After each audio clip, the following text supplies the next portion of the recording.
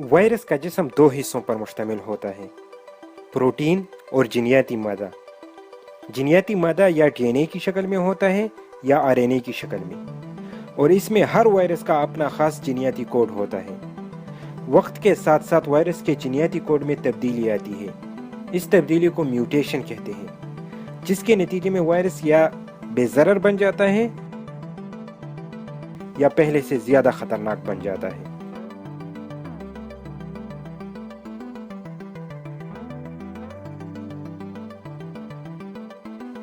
मिसाल के तौर पर अलिफ एक वायरस है जो इंसानों को मुतासिर करता है, और बी एक वायरस है जो परिंदों को मुतासिर करता है। ये दोनों वायरस एक साथ किसी जानवर के खुलिये में दाखिल हो जाते हैं, जहां ये एक दूसरे के साथ अपने जिनियाती कोड के कुछ हिस्से का तबादला करते हैं। इसके नतीजे में जो नया वायरस बन जाता है, इसके पास अलिफ और बी दोनों वायरसेस से मुख्तलिफ जिनियाती कोड मौजूद है।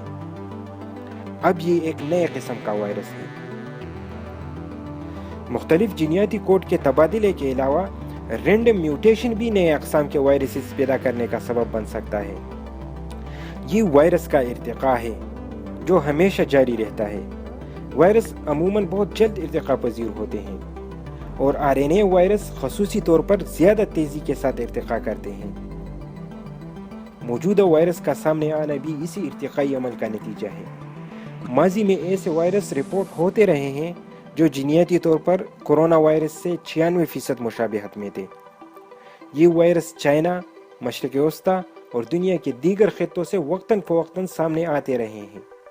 कोरोना वायरस का वो जिनियाती हिस्सा जो इन पुराने वायरस से मुख्तलिफ है, वो भी अनजाने नहीं है।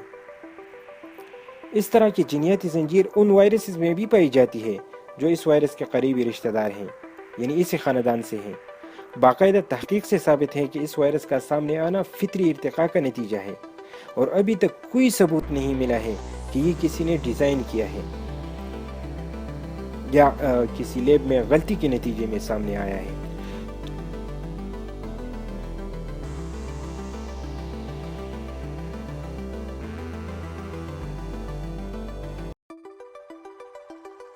चाइना के साइंसदानों ने एक मुताले में दीगर कोरोना वायरस के साथ इस नए कोरोना वायरस के जीनोमिक सिलसिलों का तज्जिया किया है, और पता चला है कि इस वायरस का जिनियाती तसलसल चमगादड़ के नस्ल के कोरोना वायरस के जिनियाती तसलसल से मिलता जुलता है।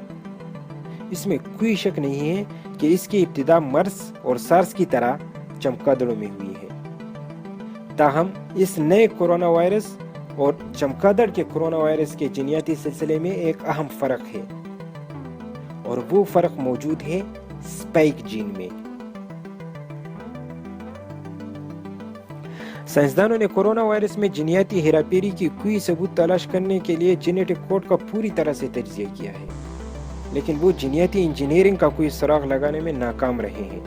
स्क्रिप इंस्टीट्यूट के क्रिस्टिन जी एंडरसन की सरबराही में होने वाली हालिया साइंसी तहकीक ने बलाखिर साबित किया है कि कोरोना वायरस का स्पाइक जीन कुदरती इंतखाब और इर्तिक़ा के नतीजे में सामने आया है, और इसका कोई सबूत नहीं है कि जिनियाती इंजीनियरिंग की तकनीकों के ज़रिए उसे आपस में जोड़ लिया गया हो। अगर जिनियाती इंजीनियरिंग की किसी भी मालूम तकनीक का इस्तेमाल करते हुए जेनेटिक कोड में हेराफेरी की गई होती, तो इस्तेमाल शुद्दा अनासिर का कोई न कोई सुराग ज़रूर होता, जो इस मामले में कोई भी नहीं मिला है। इस वायरस ने जिनियाती तौर पर जनवरी से लेकर अब तक भी काफ़ी म्यूटेशन की है, यानी इसका जिनियाती कोड मुसलसल तब्दील हो रहा है, और ऐसा अमूमन होता है। अलबत्ता अगर इसका मुवाजना हम सार्स ख़ानदान के पिछले दरियाफ्त हुए वायरस से करें, तो ये इनके मुकाबले में निस्बतन कम रफ्तार से तब्दील हो रहा है। ये दुनिया में जिस तेज़ी से फैल रहा है, इसके साथ इसकी जिनियाती तब्दीली को मिलाकर देखा जाए तो तस्वीर बहुत ख़तरनाक बनती है।